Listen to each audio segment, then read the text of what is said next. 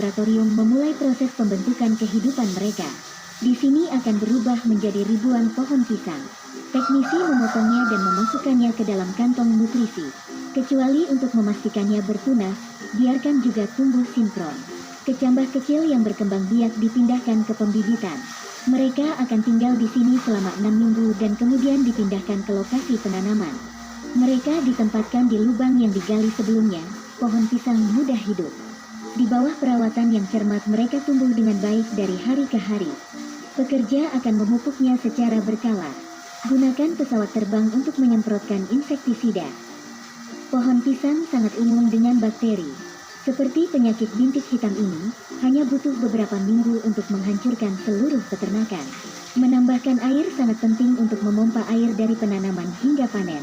Sebatang pohon pisang rata-rata harus mengairi 30 liter air per hari.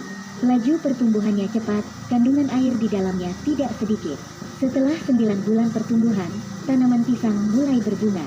Bunga mencapai kepala pekerja untuk membantu menutupinya dengan kantong plastik berlubang untuk mencegah penyakit dan serangga berbahaya. Saat bunganya berwarna ungu tua, kupas setiap lapisan dan potong bagian depan bunga pisang. Kebanyakan pisang tidak membutuhkan penyerbukan untuk berbuah. Pisang termasuk pot bunga dan batang di cabang bunga yang tumbuh menjadi bunga. Potong bunga untuk membuatnya tumbuh sangat cepat. Tunggu sampai pisang selama jari akan menghapus semua bunga berlebih. Abaikan semuanya, hanya menyisakan 10 porsi nutrisi terkonsentrasi. Karena pisang tidak mudah kotor, setiap tandan pisang memiliki lapisan pelindung. Lalu ada lapisan pelindung luar. Pohon pisang yang dihasilkan sangat deras dan angin kencang menyebabkan pohon miring. Pekerja menggunakan tali untuk mengikat pohon, bahkan di luar ada jaring pelindung. Setelah memotong bunga sekitar 10 hari, masa panen dimulai. Pekerja dan truk harus mendisinfeksi sebelum memasuki kebun. Pekerja mengukur panjang pendek pisang yang sesuai. Di tengah setiap tas ada pemisah agar tidak rusak. Kemudian gunakan pisau untuk memotongnya. Pohon pisang yang dipanen harus segera dimusnahkan. Pisang pada dasarnya adalah rumput yang hanya berbuah sekali.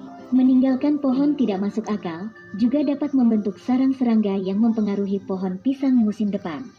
Pekerja membawa pisang di dekat jalan menggunakan kawat besi untuk membawanya ke gudang. Tak perlu khawatir pisang tak menentu. Seikat pisang seberat 10 pon tidak bisa ditarik dengan paksa. Setelah pisang dibawa ke gudang, para pekerja melepas lapisan dan menggunakan tenaga dingin untuk mencucinya. Pisang segar beserta air yang mengalir dibawa ke tangki obat. Mereka memotong setiap tandan dan memasukkannya ke dalam larutan bening. Ini adalah adegan di awal video merendam pisang dalam larutan, terutama untuk menghilangkan kotoran dan menjaga kesegaran. Diangkut dalam rantai panjang ke tujuan untuk pematangan. Saat itu, pisang matang alami sangat langka di pasaran. Kematangan pisang diklasifikasikan menjadi 7 tingkatan. Sebagian besar pisang di tingkat pertama sudah dipotong. Pisang seperti itu tidak hanya nyaman untuk diangkut, tetapi juga dapat diawetkan untuk waktu yang lama. Pisang setelah diolah bisa langsung dikemas. Jenis terbaik dipilih dan diekspor ke negara-negara di seluruh dunia. Di Filipina, pertanian pisang adalah industri yang lengkap. Banyak kebun pisang adalah pertanian modern, produk dan kualitas relatif stabil. Di selatan Cina, pisang juga ditanam, tetapi karena masalah iklim, warnanya agak buruk.